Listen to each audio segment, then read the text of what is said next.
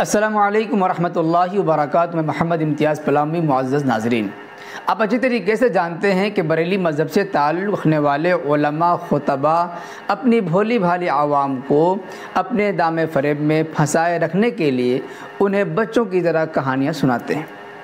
فرضی کہانیاں، من گھڑت کہانیاں، اور کبھی کبھی صحیح کہانی بھی سنا دیتے ہیں،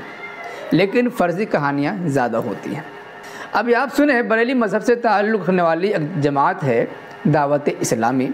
جس کے بانی اور ذمہ دار ہیں الیاس قادری اتاری صاحب۔ ان کی ایک بہت بڑی کرامت آپ سماعت فرمائیں، انہی کی زبانی سنیں کہ کس طریقے سے وہ ایک کرامت کا ذکر کر رہے ہیں۔ تو انہوں نے وہ بتایا کہ ہم اس وقت مفتی دعوت اسلامی قدس سرہ السامی کے مزار پر حاضر ہیں، اور ہم دونوں نے بالکل ہوش و حواس میں اپنے کانوں سے سنا کہ اندر میں باجماعت نماز پڑھی جا رہی ہے، اندر میں نماز پڑھی جا رہی ہے، باقاعدہ قرات سنائی گئی ہم کو،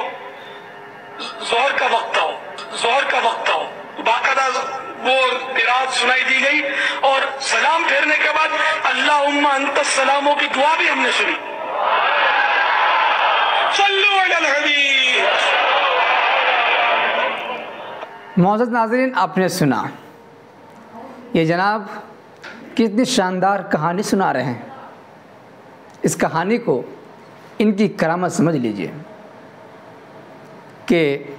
دعوت اسلامی سے تعلق رکھنے والے ایک مفتی صاحب کی قبر پر صاحب گئے ہیں، ظہر کا وقت ہے، انہیں ظہر کی نماز پڑھتے ہوئے سنائی دی گئی ہے،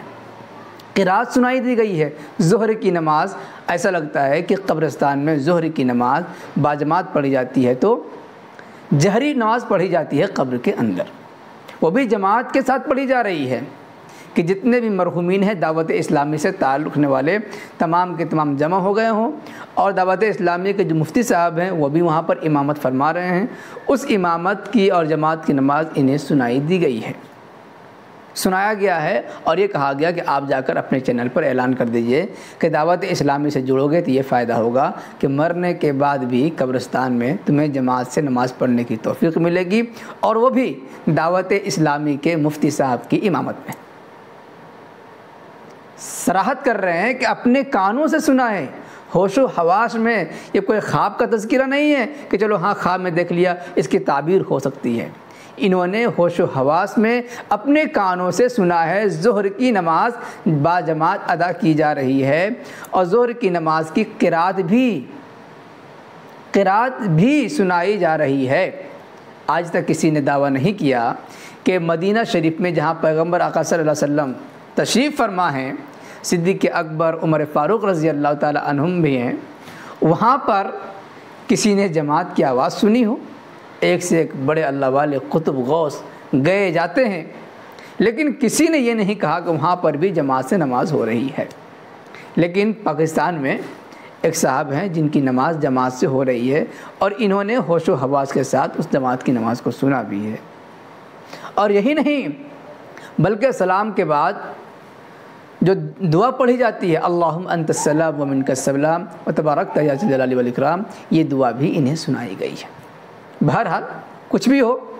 لیکن آپ نے ان محترم کی زبانی سن ہی لی ہے کہ انہوں نے ظہر کی نماز جماعت کے ساتھ پڑھتے ہوئے سنا ہے ہوش و حواس میں اپنے کانوں سے۔ آپ ان کی بڑی کرامت سمجھ لیجئے، دعوت اسلامی کی کرامت ہے، اور آپ حضرات بھی دعا کر سکتے ہیں کہ آپ لوگ بھی مرنے کے بعد دعوت اسلامی کی امامت میں نماز پڑھنے کی دعا مانگ سکتے ہیں۔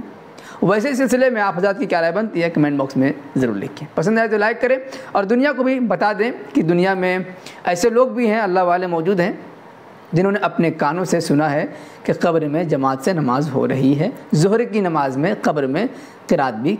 جہری قرات کی جاتی ہے، بلند آواز سے قرات کی جاتی ہے۔ شکریہ، جزاک اللہ۔ السلام علیکم ورحمۃ اللہ وبرکاتہ۔